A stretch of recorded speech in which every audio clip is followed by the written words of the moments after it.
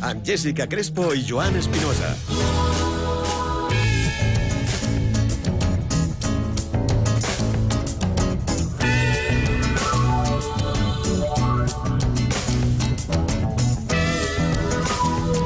Molt bon dia de dilluns, dia 15 de juliol. Passen ara 6 minuts de les 10 del matí i és hora de començar una nova edició del magazín matinal de Punt Mèdia. És hora de començar al ras.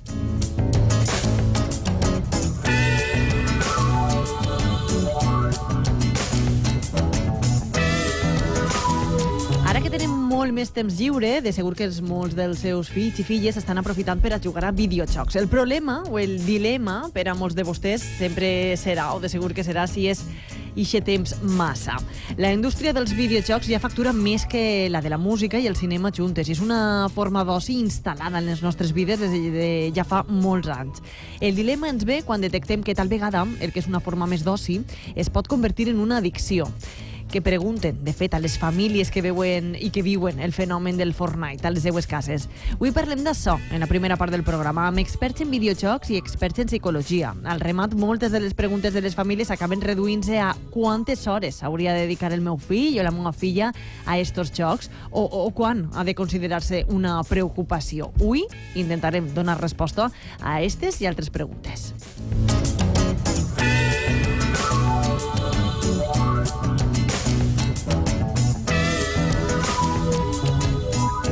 Per cert, que sense matemàtiques el desenvolupament d'estos jocs no seria possible. Les matemàtiques estan molt presents en la nostra vida, encara que no en siguem en moltes ocasions conscients. Des d'avui, València acull la 9ª edició del Congrés Internacional de Matemàtiques Industrials i Aplicades i allí anirà la nostra companya, la nostra reportera en ruta, Majo Seyens. Es tracta del Congrés Internacional més gran sobre matemàtica aplicada i té lloc cada 4 anys. En l'edició d'enguany, a València es donen cita al voltant de 4.000 investigadors i amb algun d'ells parlarem al llarg del programa en distintes connexions amb la nostra companya. I amb tot això, aplegarem a les 11. Farem una ullada a l'actualitat als nostres butlletins i després 3 hores més de programa. Joan Espinosa, molt bon dia, company.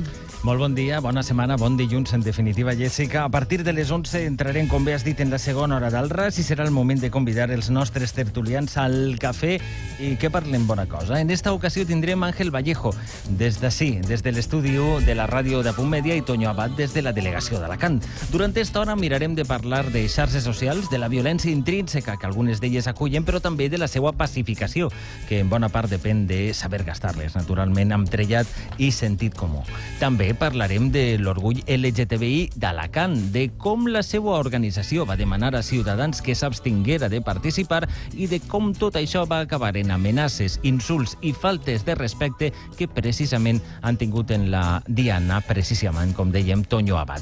Amb els companys de Punt Notícies coneixerem les claus informatives del dia i si ens queda una miqueta de temps també els convidarem als tertulians que ens diguen la seva sobre una proposta que, tot i no ser nova, ha tornat a primera línia a la vista de la poca traça que estan tenint els polítics per acordar una investidura, per exemple, que governe la llista més votada. I tampoc a traça, em fa gràcia això, més quan acabem de saber-ne que el president del govern en funcions, Pedro Sánchez, ha dit en una entrevista a la cadena SER que dona per trencades les negociacions amb Podem. Vaja, que estarem molt pendents de tot això i ho comentarem al nostre cafè. Molt poca traça.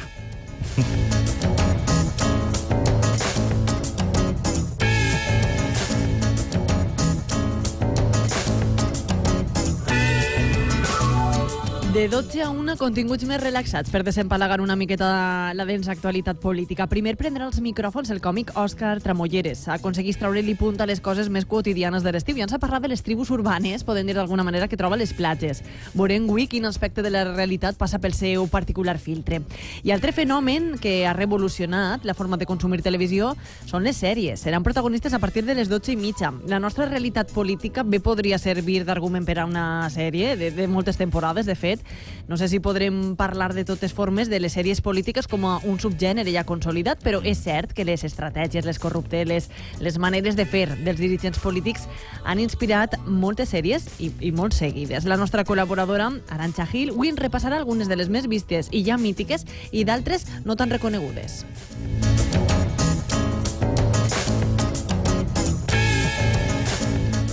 I per a l'última hora ens hem reservat la nostra acadèmia d'estiu, la que ens ensenya a sobreviure precisament a l'estació o fins i tot a les vacances, o com vulguin plantejar-ho. Amb Aitana Ferrer avui ens centrarem en com ens alimentem i sobretot com alimentem les criatures durant l'estiu, perquè òbviament no és igual que en l'hivern. Ni fem la mateixa activitat, ni ens avellixen les mateixes coses, ni tampoc les nostres necessitats nutricionals són exactament les mateixes.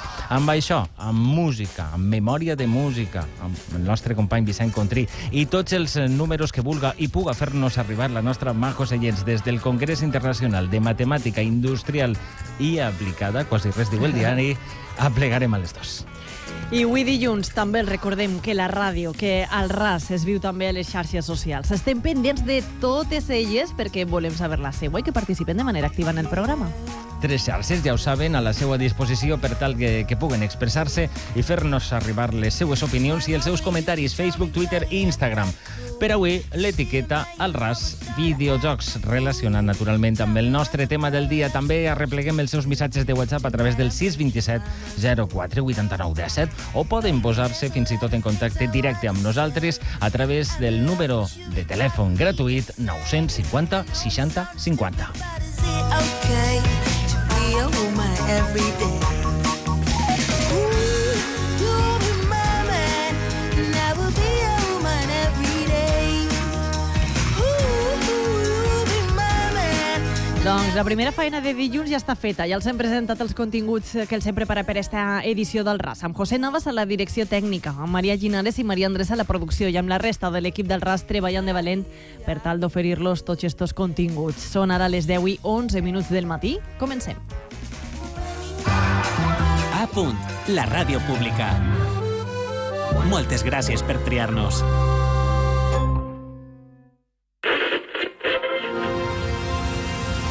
Les bandes de música ja tenen el seu espai a la ràdio d'A.me. Soc Jordi Company i t'espere tots els dissabtes i diumenges de 9 a 10 del matí a De Banda a Banda, en un viatge únic per les nostres agrupacions musicals i els seus protagonistes.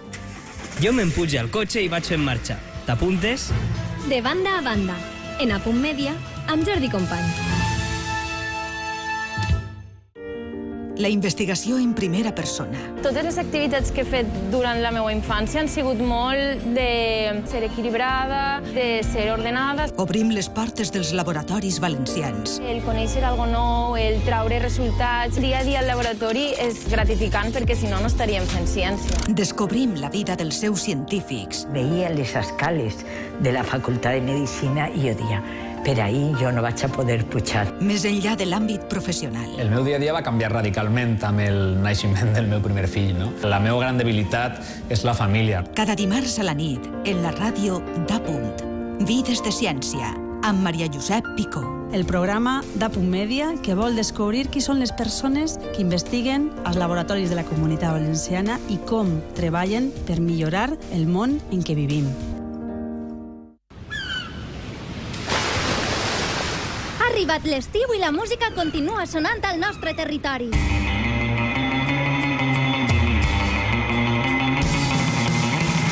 Hola, em poses un barrejat musical? Gràcies. Farem entrevistes i acústics. No ens perdrem cap festival. De tots els estils, I per totes les comarques. cada dia, de dilluns a divendres, entre les 4 i les 8 de la vesprada. Vine refrescat amb el nostre territori d'estiu. Territori d'estiu amb Manuela Alandés. L'estiu és nostre!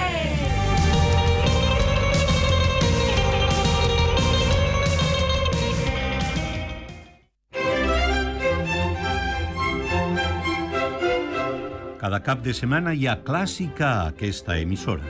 Cada cap de setmana el Musiquer conté 120 minuts de música clàssica. Cada dissabte i diumenge, en directe, i a la carta sempre que vulgues, trobaràs els millors pentagrames llegits per excel·lents intèrprets. El Musiquer.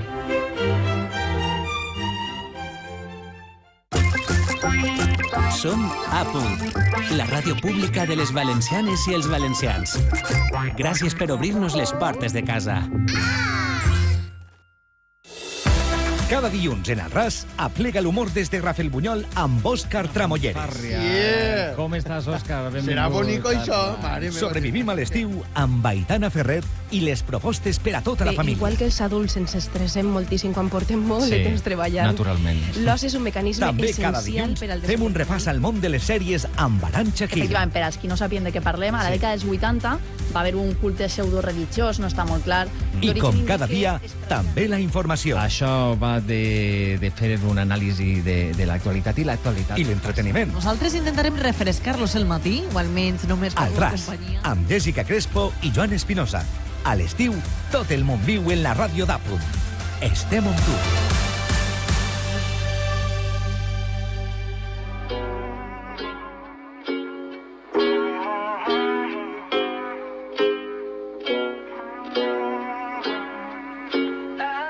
Yeah, I'm gonna take my horse to the old town road. I'm gonna ride till I can't no more. I'm gonna take my horse to the old town road. I'm gonna ride till I can't no more. I got the horses in the back. 7 minuts passen de les 10, de pactes per a la investidura, de no pactes, de trencament de negociacions, de tot això estarem fent durant tot el dia en aquestes 4 hores que comencen de programa, però també tenim temps per a parlar d'altres assumptes i que els preocupen de segur a molts de vostès. La indústria dels videojocs l'any passat a Espanya va facturar 1.530 milions d'euros. És el doble que la música i el cinema junts. Una xifra important, que ens dona una idea d'això, precisament, de la importància d'un sector que capitalitza l'oci entre xiquets, joves i també d'un bon grapat d'adults i que sembla que no té volta enrere. Per la seva banda, l'Organització Mundial de la Salut ha establit el trastorn per l'ús de videojocs per primera volta dins de la seva llista de malalties mentals. Vaig, avui volem parlar de videojocs, del seu consum, sobretot entre les xiquetes i els xiquets, però ens donaria també per a parlar de l'ús i no sé si l'abús per part de persones adultes, i per tal d'aprofundir en el tema ens acompanyen Juanvi Blázquez, que és psicòleg infantil. Moltes gràcies per vindre de nou, Juanvi, bon dia. Hola, bon dia. Bon dia. I al telèfon tenim a Rebeca Díez, professora de la Universitat Politècnica, doctora en comunicació, que va fer la seva tesi precisament sobre xiquets i xiquetes i videojocs, i també col·laboradora i amiga del programa. Rebeca, molt bon dia. Molt bon dia, m'alegro de saludar-vos. Igualment, molt contents de tornar a escoltar-te. Comencem pel principi i per no tindre ja un prejudici, és a dir, són negatius els videojocs per se o és la manera d'usar-los el que pot implicar efectes nocius? Rebeca, comencem per tu que estàs al telèfon, quan vulguis intervindre, també és de veres en aquest espai que encetem, tens els micròfons oberts. Pues els videojocs ni són roïns ni són bons, no? És un joc. El que passa que el temps que passa el xiquet jugant, que no és al carrer, efectivament, està moltes vegades, no sempre, a soles, front a una màquina, i més que res jo crec que és el tema de la soledat, no? En el sentit que els pares no saben a què està jugant, què està fent, i sobretot l'horari, és a dir, el joc és bo per al xiquet partint d'ahir, això ho sabem, i els psicòlegs ho saben millor. El problema sempre ha sigut el temps i l'adequació del joc a l'edat del xiquet. A partir d'ahir, jo sincerament crec que els videojocs, com a joc que són, tenen unes parts més positives, tenen uns valors, tenen competències, el xiquet disfruta, gaudix jugant.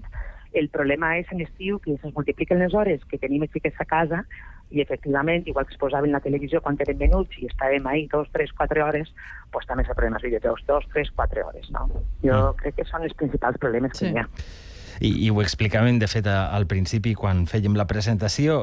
L'Organització Mundial de la Salut ha establit el trastorn per l'ús de videojocs per primera volta dins de la llista de malalties. Hauríem, per tant, de distingir també entre abús i addicció, pot ser? Quines són les seues principals diferències, per exemple? A veure, en principi, quan hi ha una addicció, la persona quan no està fent l'ús, en aquest cas de videojocs, té una tensió emocional, a voltes pot reaccionar d'una manera verbalment violenta, i quan torna a tindre aquest ús del videojoc hi ha una calma, hi ha un alleujament de la seva situació, i això és una característica molt típica d'una situació d'addicció, no? En qualsevol tipus de consum, en aquest cas del consum de videojocs. Seria una qüestió conductual que els pares poden veure, no? És a dir, té una reacció molt gran quan no el té i té un alleujament del seu estat anímic quan té l'ús del videojoc. A banda de... El síndrome d'abstinència. Sí, no? sí, parlaríem d'això, sí, de la síndrome d'abstinència.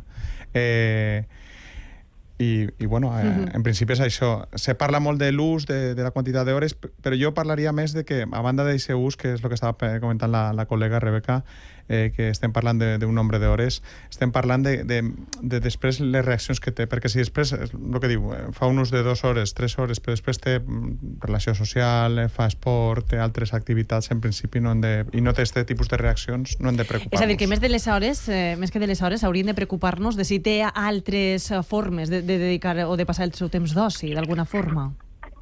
Rebeca, perquè jo sé, a més ens deien que moltes de les xerrades que donen a famílies al voltant dels videojocs, al final tot acaba reduint-se a allò del nombre d'hores, no? Per això ho parlàvem a l'inici. Els pares que es pregunten com una fórmula màgica quantes hores hem de començar a preocupar-me.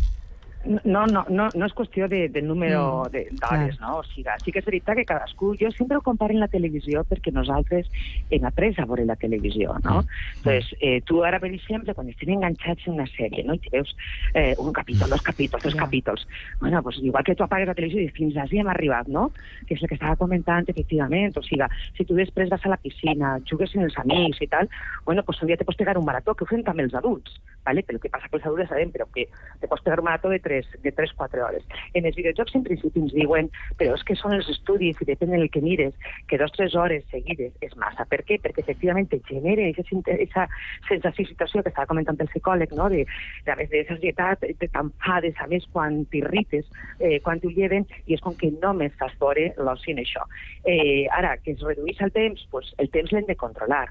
Hem de controlar el temps, hem de controlar el contingut, torna a dir, i hem de jugar amb ells als videojocs, perquè si nosaltres, quan som menudets, sí que compartim i tenim un fum de jocs de familiars, jocs de cartes o jocs que diem estos recreatius, i estem jugant amb els xiquets, bueno, pues també podem jugar amb ell, no? Entonces, sí que és veritat que és que arriba l'estiu i, clar, són tantes hores que tenen lliures, xiquets, sense fer res, tenim feina als adults.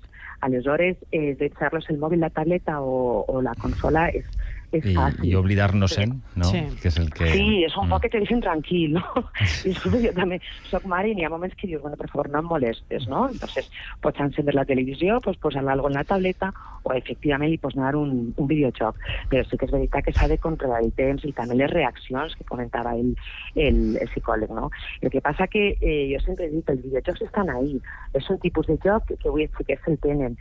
Aleshores, hem d'intentar veure la part més positiva que tenen, que sí que la tenen, i per suposat ese control del temps i del contingut. I ja que hem de controlar temps i hem de controlar continguts, m'imagino que el millor camí per a tot això és la negociació. No? Sí. Ai, podem parlar millor el psicòleg.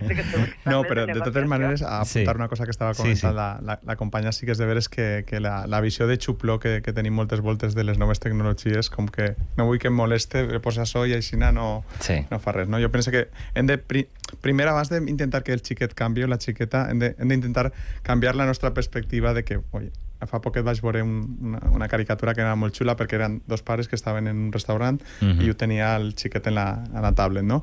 I l'altre estava jugant en ell i l'altre, pues, el xiquet estava ell fent bromes i tal, i l'altre se xira, oye, que nosaltres no tenim la culpa de que el teu xiquet no tinga una tablet o alguna cosa d'ella, no? Donant la volta a... Que s'ha normalitzat una cosa i que a voltes hem de dir, oye, que els xiquets fan soroll, no? Que a voltes... Que és natural. Que és natural, no?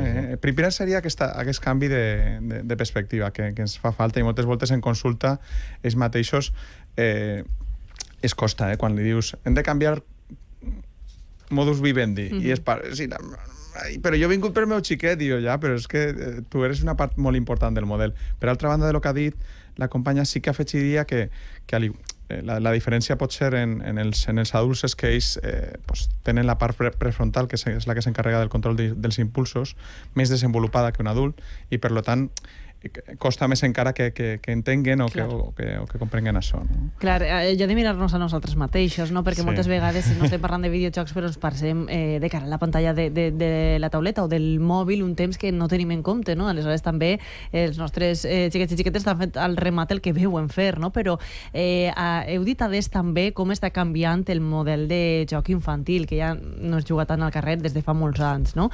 I els videojocs són una manera de sociabilitzar nova. Quin quines diferències, Juanmi, podria marcar esta nova manera de jugar?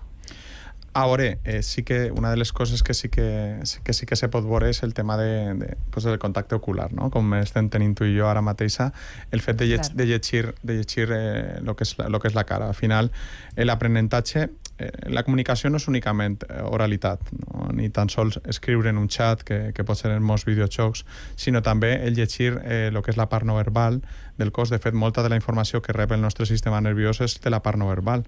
L'ésser humà porta molt de temps sense oralitat en la seva història i menys temps en oralitat. Per tant, aquesta part se perd, i quan tenen aquest contacte moltes voltes, com que no sé si dir que el rebutgen, però sí que estan ahí, parlen, però no se miren tant quan estan ahí, i això s'ha d'equilibrar. Sí, perquè, Rebeca, suposo que molts dels oients estan familiaritzats, però hi haurà alguns que no, i és que molts d'estos jocs no significa que els xiquets o les xiquetes, o els adults, que juguen a estos videojocs estan aïllats, sinó que juguen en comunitats, no? I poden fins i tot comunicar-se de manera oral amb altres jugadors amb qui estan compartint la partida o el joc. Sí, la majoria, l'imatge que tenen sempre els videojugadors és la soledat, comentava, no? Tancat en l'habitació, que és un poc com van néixer realment els videojocs, o els altres jocs, també eren. Però sí que és veritat que la majoria dels jocs que tenim ara, que estan de moda, no? Per exemple, com el Fortnite. Per què el Fortnite ha tingut l'èxit que ha tingut sense tindre, diguem, una campanya, no?, de màrqueting impressionant? Pues perquè està molt ben fet, i una cosa que sí que té, efectivament, és que pots jugar en comunitat enfront a un altre repte, ja no sent tu a soles contra la màquina, sinó que estàs relacionant-te.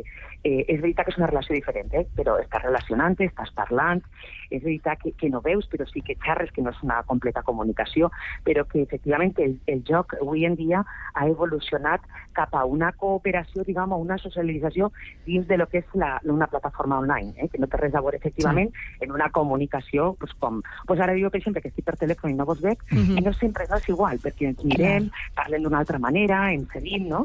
Però els telèfons ens ha permès comunicar-nos, els videojocs està permetent comunicar als xavals, parlar en anglès. Molts d'ells juguen en anglès simplement això, no? Perquè volen efectivament estar en contacte amb alguns que no coneixen, però que parlen en altres països, i el seu idioma de comunicació, la seva llengua és l'anglès. Doncs perfecte. Podria tindre i ser vessant positiu, no? De fet, crec que hi ha fins i tot acadèmies que utilitzen este joc per a fomentar l'anglès. Em parla del Fortnite, però sona així. Té un univers creat propi, més de 250 milions d'usuaris registrats, i si ens fixem una miqueta en el contingut, bàsicament el joc consisteix a acabar amb tots els contrincants, que són altres jugadores que estan a sa casa jugant en línia. Guanya qui sobreviu, només pot quedar-ne un. Són partides de 20 minuts en què pots jugar a soles o en equip, és a dir, tu estàs a casa però estàs compartint escenari amb gent que pot estar a l'altra cosa del món o en casa del costat, en casa del veí. Relacions virtuals, com dèiem, no? I a través del micròfon poden comunicar-se tots els jugadors. Jo no sé quina és la clau de l'èxit per a que siga este joc. Jo no sé si dir-li addictiu o no, o per haver-se convertit en este fenomen, no? A veure, una part la de Rebeca. Al final som éssers humans i volen comunicar-nos. Vosaltres esteu en la ràdio, ho sabeu millor que ningú. Necessitem comunicar-nos. Aleshores, si un videojoc afegís aquesta part, és una part que evidentment s'està dient diverses coses. Està dient la transformació que està tenint, com està comentant la companya, però està dient que els xiquets i xiquetes necessiten aquesta comunicació. El que passa és que, el que dic, hem de mantenir un equilibri, no? Respecte al nombre d'hores que comentàveu abans. Moltes voltes es comenta que això és una pregunta típica, suposo que a Rebeca també li faran, lo de les hores, i moltes voltes diu, si tinguem tota la resta ja acoplat, podem jugar al videojoc i no passa res respecte al Fortnite. A voltes és una qüestió que moltes voltes no se sap exactament, no, la causa. Sí que és de veres que l'accessibilitat del joc és prou gran, això també facilita. Clar. Una accessibilitat gran, un nivell de comunicació que es pot tindre a nivell virtual, ja són dos factors importants a nivell psicològic que la persona, en aquest cas el xiquet, i la part de decidir, no? De crear, de prendre decisions també és una part fonamental, d'acord? Però sí que jo volia afegir que no sé si el tema de que nosaltres, i Rebeca l'ha comentat abans, que s'han de seure en els xiquets i xiquetes, que això sí que quan... Aquesta pregunta també la fa jo, però quan se sentem a jugar o quan se sentem a entendre quines són les aplicacions que tenen, per exemple, en un dispositiu mòbil, doncs molt poques pares i mares, val? I si no saben el que estan utilitzant, ahí està el perill, no tant en la ferramenta, no? És en l'ús i en entendre què és el que estan realment fent en el dispositiu electrònic. És a dir, Rebeca, haurien de jugar o de saber jugar o de saber quins continguts són els que està desenvolupant aquest joc, més o menys. Sí, és a dir, és que no podem viure en un món d'esquenes, no? Que és un poc el que ens ha passat als pares. És a dir, mira, per exemple, la quantitat de gent de la nostra edat, de 40-50 anys, que sí que s'ha clavat en xarxes, que després el seu fill, la seva filla la pot tindre bloquejada o no, però que és un altre món, no? Pues en els vídeos, sí, és veritat, tu dius, el meu fill té Instagram i tu tens Instagram, pues què fa el teu fill en Instagram? Pues no ho sabràs. Esto és igual. No ho sabràs. Mai. Te regalen, no sé, a nosaltres, no? Era un joc, vull dir, que te regalaven algo el dia de Reis i començaven tota la família a muntar-ho, a veure què era, compartíem. I el videojoc, torno a dir, és que el problema moltes vegades és que nosaltres com a pares utilitzem, torno a dir això, no? Un aparcament, dir, vale, estigués un poc jugant i després perquè no ens interessem.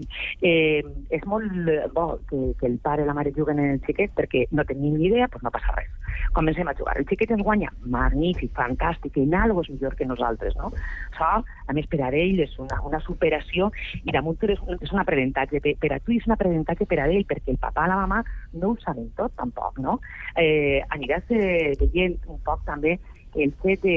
Això que diem també, no? Els videojocs sempre s'acabarem per matar a tots, això és superviolent. Bueno, doncs tots hem jugat per les places del poble matant-nos uns a altres en un palo, no sé. Vull dir, ha sigut un joc de tota la vida. Sí, això és un tema controvertit, no? Si és massa violent, no, molt violent, si la violència... Clar. Però violència un poquillo, I també hi ha jocs, els jocs tenen una catalogació.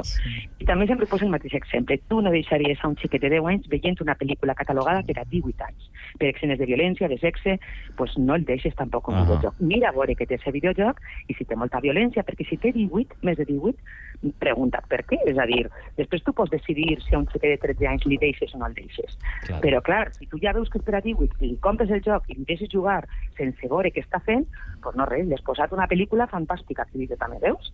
Li has donat, doncs no saps el què, no? Entonces, efectivament, nosaltres és on tenim el paper, els pares, els educadors i els pares. Juanvi, crec que volies afegir alguna cosa del que estava dient. Respecte de la violència, no? Dues coses, sí. La pàgina PEGI per a veure els pares i les mares el que és la catalogació PEGI, PEGI, la catalogació dels videojocs. Això és una pàgina a la que poden acudir els tutors, els pares, les mares... per a comprovar si el videojoc s'adequa a l'edat. I respecte a lo que estava dient al principi la companya, sí que és de veres que s'oblidem d'una cosa, no és únicament els videojocs, estem parlant de que en el moment en què tu compartisses una cosa que al xiquet o a la xiqueta li agrada, estàs generant un vincle. Estàs utilitzant un temps amb el xiquet i la xiqueta i ell ja te veu una altra cara. Ja si li proposes altres coses és més fàcil que la xiqueta o el xiquet accepte, no? I aleshores també estem generant ahí una prevenció, una profilaxis de lo que pot passar en el futur. I això és molt important també. Per tant, també serà més senzill quan aplegui el moment de dir tanquem la paraeta. Serà més senzill, no? Perquè en alguns casos pot convertir-se en un drama, no? Aquest moment de dir ha arribat el moment d'apagar això, no? Ho hem parlat ja, de fet, al llarg d'esta conversa sobre això, però independentment del que considerem, sí que podríem establir una mitjana més o menys pràctica per a tindre una referència, no? Del temps màxim que seria recomanable estar cara a un videojoc d'aquestes característiques.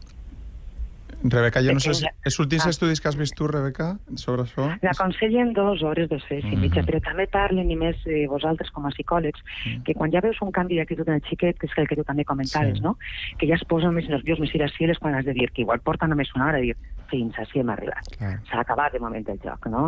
Perquè sé que també és veritat que depèn del joc al que estiguen, no? N'hi ha alguns que són molt més addictius, t'excitissen també molt més, i molta més concentració, i per tant també efectivament vols superar més reptes, i n'hi ha jocs que són més tranquils. Entonces, però més de 2 hores i mitja, pues jo sempre dic, com una pel·lícula i poc més, és que tampoc estem molt més de temps o no hem d'estar molt més de temps. Canviem d'activitat. També diuen que els xiquets habitualment juguen 4 o 5 hores, però tampoc seguides. Pues igual 2 pel matí, 2 de vespreta, o ixes, però 2 i mitja. Aconsellen que no estiguen seguides, no siguin hores seguides. Correcte. I també tindre en compte un poquet el que comentaves, no? El perfil també del xiquet i la xiqueta. Podem tindre un xiquet que siga més impulsiu i que hagi de treballar més un poquet la calma, i la sobreestimulació pot ser que l'altere molt més ràpid que en un altre que té un control més desenvolupat, i per tant també aquestes qüestions les hem de tindre en compte. Hi hauria pel cas contrari, alguns senyals que ens hagueren de posar en alarma perquè ja mostrarien un problema d'addicció, ja no només de les hores, entenc, sinó si no hi ha alternativa d'oci, o si els canvia la seva actitud? Sí, a veure, això serien qüestions més secundàries, no? És a dir, si veiem que el xiquet sospitem, que s'excita cada volta més tard, o que agafa més el dispositiu, la tablet o el mòbil per anar, i se l'endú a l'habitació, que això hauríem de parlar també de certs avis que som... Sí, per exemple, no seria aconsellable que jugaren en la seva habitació tancats, no? El més aconsellable és que estiguen en lugars comuns, que l'adult puga en qualsevol moment entrar o estar i controlar el que s'està fent, que el temps que les càrregues dels dispositius mòbils se facin en aquest entorn que és més neutral, no que s'enduga, però això també els adults, que no se porten el mòbil a l'habitació, sinó que tots, en el saló se carreguen els dispositius i se queden ahí tota la nit. Quan comencem a veure qüestions, ostres, és que veig que el meu xiquet s'altera molt quan està jugant, però és que a banda veig que està dormint cada volta menys, que està jugant més tard, que això també és una qüestió que no ajuda, que per exemple està el rendiment acadèmic baixa, que tenim que hi ha canvis de conducta. Són qüestions que encara que no siguin directament en el moment del xoc, però sí que pot estar relacionat, i hem d'explorar, no? I veure d'on ve això, perquè pot vindre d'això o d'altres coses. Parlar d'allò que fan, això ho he dit a l'inici també, moltes mares i molts pares, d'utilitzar en canvi aquests dispositius mòbils, ja per a tindre'ls un poquet controlats o per a tindre'ls un poquet, diguem-ne, que els deixen tranquils, bàsicament, no? Evidentment, això entra en distorsió amb aquest discurs, no? Que volem fer-ne, és molt important la nostra actitud. Correcte. Ai, perdó, Rebeca. No, continua, tranquil. Jo comentava un poc que moltes vegades no donem exemple, no vos ha passat d'estar en un restaurant, i jo de vegades dic, xics, vaig agafar jo també el mòbil, que estem xerrant, uno està gossapejant, entre amics, Entonces, clar, al final dius, i això està veient el teu fill, entonces, efectivament, o sigui, quan agafes el mòbil contínuament, la tableta, no fem un bon ús, ens ha vingut un poc tot de sobte i no fem un bon ús, i efectivament, lo de que estiga tancat, el que passa que quan hi ha el xiquet és més adolescent i té 14-15 anys, és molt difícil aconseguir que el xiquet jugui en l'espai comú, diguem, en el saló. Ara, potser si l'ha desconnectat a la televisió i només una tele a casa, és fantàstic perquè el xiquet està en el saló. Però nosaltres hem d'ensenyar-nos molt, hem de mirar-nos també i veure l'ús que estem fent, perquè jo la primera, o sigui, de vegades som maleducats, diria, fins i tot. No? Jo crec que en això ens caiem tots de tant i tant. Juanmi, aleshores així, per a mode resum, i ara que estos dies o estos mesos són una miqueta complicats perquè tenim molt més temps lliure i molt més temps que compartim les famílies, per a fer un bon ús dels videojocs, no? Que com hem dit a l'inici no són dolents per se, evidentment que no, i el permeten molts aspectes positius que hem estat també enumerant. Caldria tindre en compte temps, continguts, és a dir, requereix també un esforç per part de les famílies, fer-nos un decàleg, si pot ser, o algunes de les mesures bàsiques. No, a veure, lo primer, l'aprenentatge social, el que estava dient Rebeca, el model, no? Aprenem per aprenentatge social el que veiem, el repetim. Això és una cosa bàsica i qualsevol que estigui en un xiquet o una xiqueta un poc de temps s'adona d'això, no? Tindre un model. Després, no pensar en seguida en el càstig del xiquet o la xiqueta. Igual si el xiquet o la xiqueta està fent això, igual el que s'hem de replantear és com estem estructurant el seu temps. Perquè a voltes se dirigim en seguida a el que està fent el xiquet o la xiqueta, però el que hem de pensar, a veure si és que jo, les oportunitats d'oci, de temps lliure, d'esport, no les estic donant. Val? Aleshores, això seria un punt... És a dir, això consistiria a una miqueta adequar o proporcionar un horari també durant les vacances i unes alternatives d'oci. I comptes, és a dir, al final un xiquet jo te puc dir de fins a 12 anys, a partir de 13, el que estava dient Rebeca, a voltes hi ha altres qüestions que hem de tindre en compte, però fins a aquesta edat, tu a un xiquet li dones un espai per a desenvolupar activitats psicomotrius, que hi hagi altres xiquets i li pot costar un poquet, però enseguida s'enganxa i passa hores i després el que te costa és treure-lo d'ahí. El problema és que, per exemple, no, estos dies d'estiu, si els tenim tal vegada tancats en una casa sense contacte amb altres xiquets o xiquetes fins a les 2 del migdia o fins a més clar, com omplir aquest temps d'oci, no? Ja. Per això dius, no, Juanmi, lo de proporcionar un horari i fomentar unes activitats també, que això requerís, és que al final requerís un esforç també de les famílies. També jo sé que al final és que no, els iaios i les iaies a voltes el carreguem massa i jo sé que dona voltes dir, ostres, he de forçar a ma mare o a mon pare que estiga ahí i costa molt, no? A voltes també hi ha escoletes que poden estar fins a les 12 o fins a les 2 que també estan ahí fent temps i en juliol hi ha prou oferta per a tindre un poquet d'un cert control i d'aquest tipus de consum. És que si no hi ha molts pares que no saben el que consumeixen els seus fills. És que també crec que moltes vegades quan som més menudets és com que els dediques més temps i a mesura que van creixent, no? Efectivament, el que estàs dient, pots dir, bueno, anem a passejar per la platja, anem a fer-nos un gelat, anem a tal. És com que ells estan ahí en l'habitació, estan jugant i efectivament tu també estàs tranquil perquè acabes de treballar, t'assentes un poquet. Per això jo dic que és una feina entre dos, O sigui, ara és aquest estiu entre pares i xiquets, perquè que el xiquet jugui molt en ta casa tens un problema, però és que tu també estàs generant el problema. Que és moltes vegades el que no mirem, no? Que és quan dius, què puc fer? Bueno, doncs això, n'hi ha un font d'activitats, però que moltes vegades també requereixen el nostre acompanyament i un poc d'esforç, que sí que ho fem quan tenen 3-4 anys, que és continu, la feina que ens donen els xiquets, no? Pues un poc també tot això, per a que no estiguem tot el temps jugant, o per a jugar un poquet amb ells, que també és una activitat totalment diferent quan nosaltres entrem a jugar en ells, perquè ells estan ensenyant-nos a nosaltres. Per tant, ja canvia totalment la seva percepció del joc. En qualsevol cas, no és probable també que estiguem creant xiquets hiperestimulats a causa precisament dels efectes dels propis videojocs i que després tot ho consideren avorrit? De totes maneres, a veure, el primer és que l'avorriment no és roí. O sigui, l'avorriment ens porta a la creativitat. Aleshores, això també jo dic a les famílies, oye, que si els xiquets s'avorrixen, que és que pareix que... És bo, i nosaltres ho hem viscut, no? Jo recordo l'estiu que se'm feia llarguíssim en determinats moments de l'estiu, Però sempre que trobes un camí, diguem, per a canalitzar, no? Però la creativitat sorgeix també de la creació. Jo me'n recordo en sabatilles, però però fent coses quan no hi havia res que fer i al final t'aprofites de lo que hi ha. Això per una banda. I per altra banda, no pensa que siga una qüestió dels videojocs, és a dir, hi ha molta estimulació en general en la societat. El que hem de preguntar-nos és si a banda també oferim activitats que siguen d'activació baixa a nivell fisiològic per a que el xiquet o la xiqueta aprenga. És a dir, anem a entorns naturals que no hi ha molta estimulació, se tomben de tant en tant en música tranquil·leta en el llit sense res més, anem a la platja i estem simplement disfrutant d'un entorn tranquil. Totes aquestes coses fa que el xiquet experiencialment aprenga la tranquil·litat.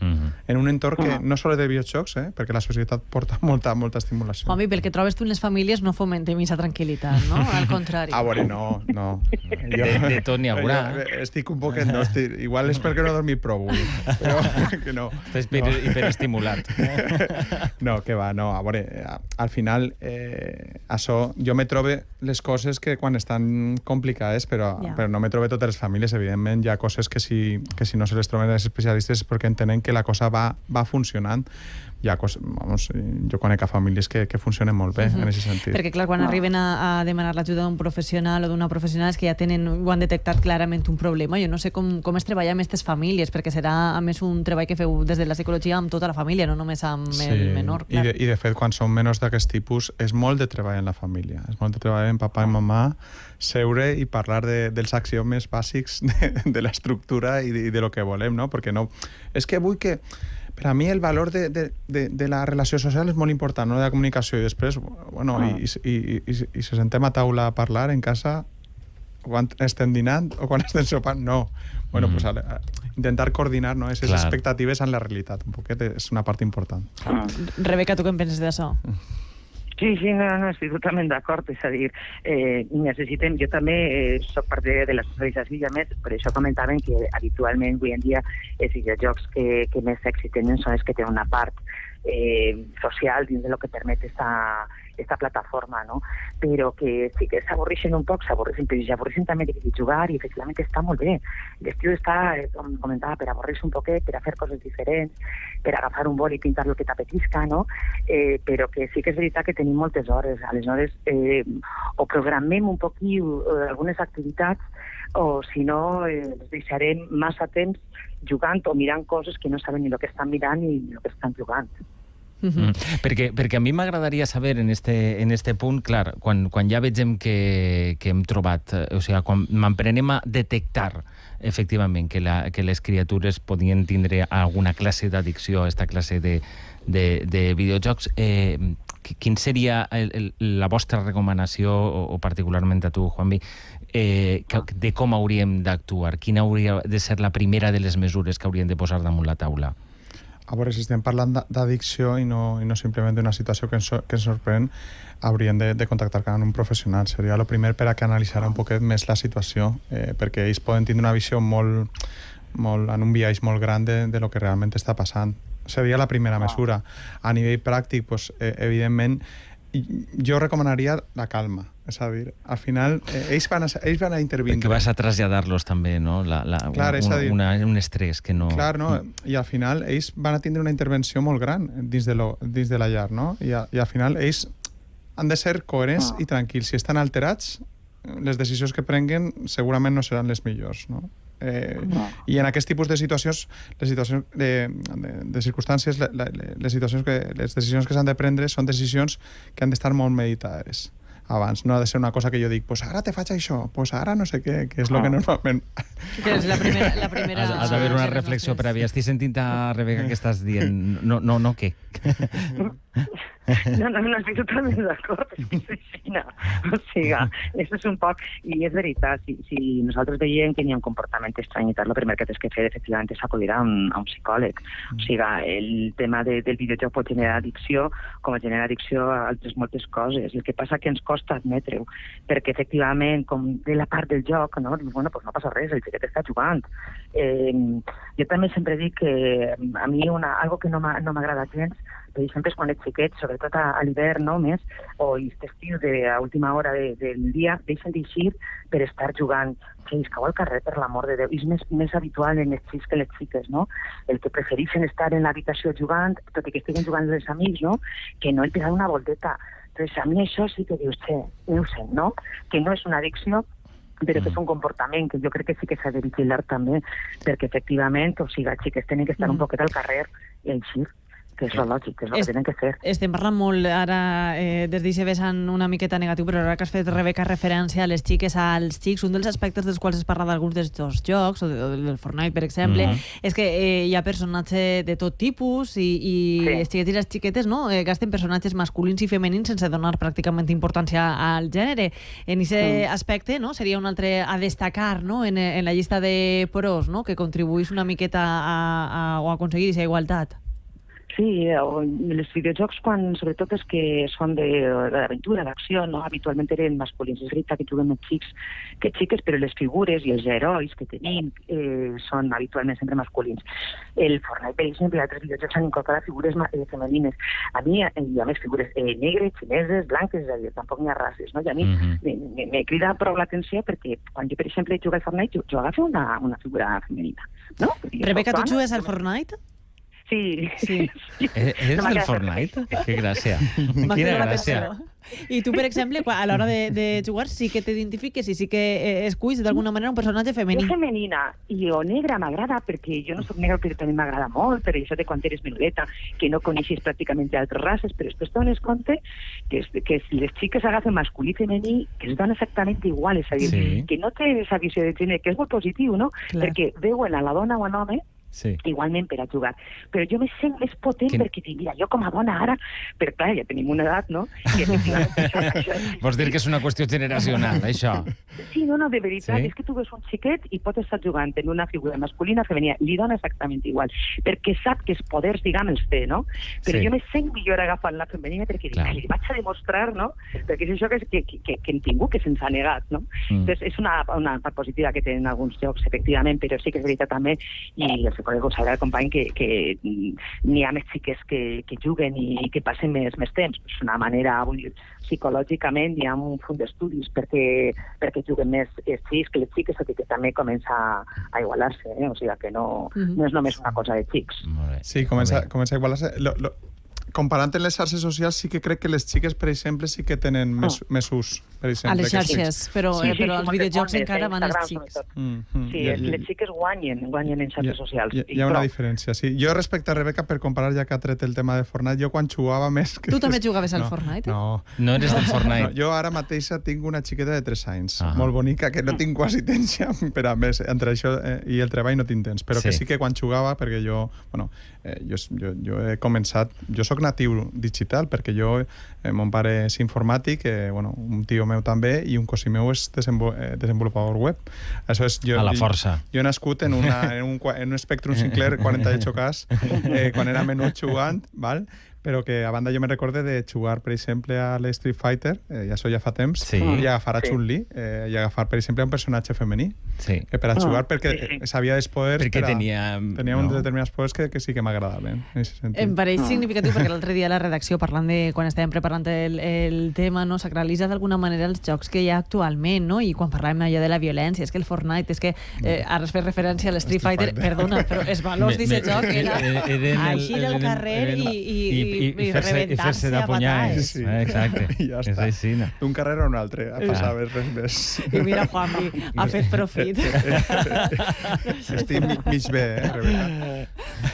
Bo, doncs, Juanvi Blázquez, psicòleg infantil, i Rebeca Díez, comunicadora, professora en el campus de Gandia i doctora en comunicació. Moltíssimes gràcies per compartir estos minuts amb nosaltres. M'ha paregut molt significatiu, al remat, que sigueu jugadors de videojocs també, i Rebeca del Fortnite. Però és que està molt bé, també, això sí, perquè sí que estan en l'educació de les seues filles i dels seus fills, i per a saber del que parlen. Moltíssimes gràcies, un plaer. A vosaltres, Jessica. Gràcies. Adéu. Solo ruido, ahora me vas a escuchar, ya no me puedo callar, voy a quemar la ciudad contigo dentro, ahora me vas a escuchar, ya no me puedo callar, ya no me puedo callar, no saben nada.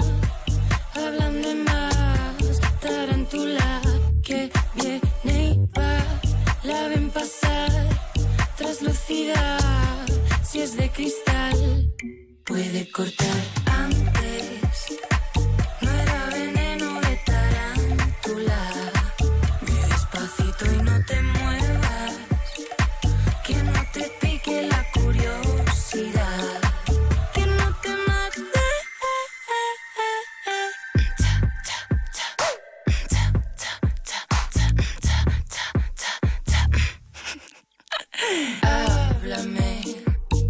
Háblame de tu velocidad, de las fotos de tu cuarto de estar, pero por él no me preguntes más. No, ahora me vas a escuchar, ya no me puedo callar, voy a quemar la ciudad contigo dentro. Ahora me vas a escuchar, ya no me puedo callar, ya no me puedo callar.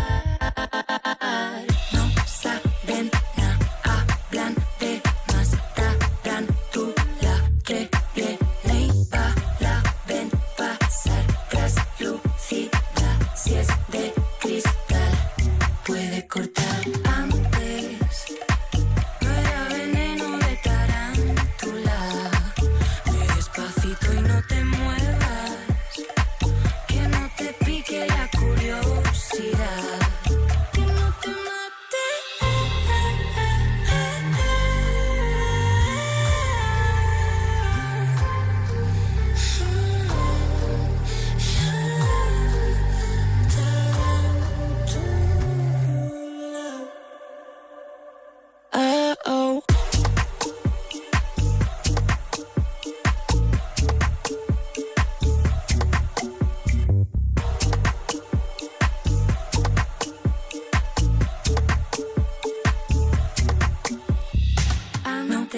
cena.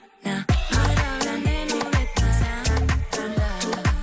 que despacito y no te muevas, que no te pique la curiosidad, puede cortar. Estàs escoltant El Ras, el magazín matinal d'A.punt.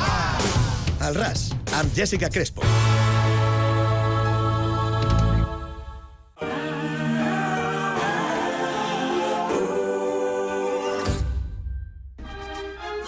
Sant Vicent fa olor de pólvora. Ja es pot veure el colorit de les fogueres i l'alegria se sent pels carrers. Del 12 al 21 de juliol, festes de fogueres i barraques de Sant Vicent del Raspeig. Enguany estem d'estrena amb el primer concurs de mascletaes. Diversió garantida per a tota la família. No te les pots perdre. Palau de les Arts Reina Sofia. Ja tenim nova temporada en les arts. Abona't a un món d'experiències i emocions úniques. El teu abonament i les teues entrades en lesarts.com. Som A.punt, la ràdio pública de les valencianes i els valencians. Gràcies per obrir-nos les portes de casa.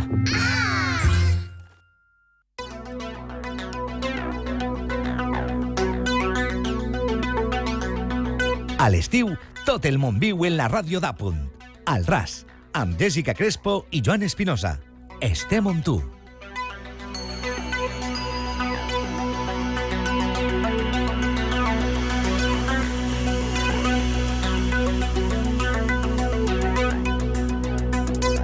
Quatre minuts i mig per a plegar a les 11 i, com dèiem a l'inici, sense matemàtiques, el desenvolupament d'estos videojocs del quals hem parlat serien impossibles. I tantes altres coses. Sí. I és que avui, des d'avui, València acull la novena edició del Congrés Internacional de Matemàtiques Industrials i Aplicades i allí està ja la nostra companya Majo Sellents per tal de fer-nos un tast i explicar-nos de què va això, de què va este congrés, a més que s'està inaugurant en estos moments pel rei Felip VI i per a que ens donen l'última hora. Majo, companya, molt bon dia.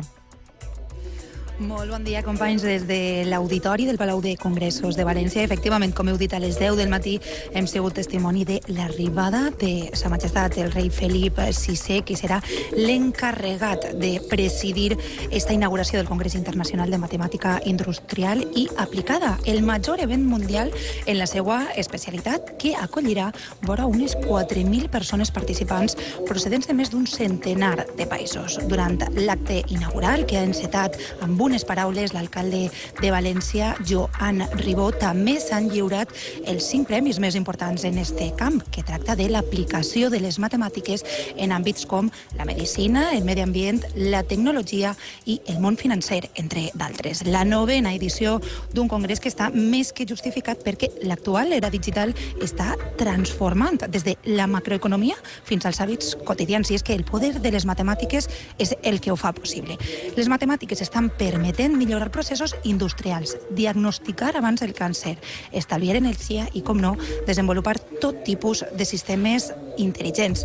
Aplicacions en totes aquestes àrees i moltes més s'exposaran en este Congrés Internacional de Matemàtiques Industrials i Aplicades, que se celebrarà des d'avui, com has dit, Jessica, fins el proper 19 de juliol. Es tracta de la major conferència mundial que té lloc cada 4 anys i, com a dada curiosa, és la primera vegada que se celebra a Espanya. 4.000 investigadors de tot el món presentaran l'embrió matemàtic de la tecnologia del futur. I és que, si ens fixem, en l'última dècada els matemàtics aplicats han passat de ser una part més d'una comunitat científica amb una escassa visibilitat social, per així dir-ho, a estar en el focus de l'explosió, perquè els desenvolupaments de la matemàtica aplicada són cada vegada més demandats pel teixit empresarial i industrial. I és cert que com més innovadora siga una empresa, més matemàtiques necessita.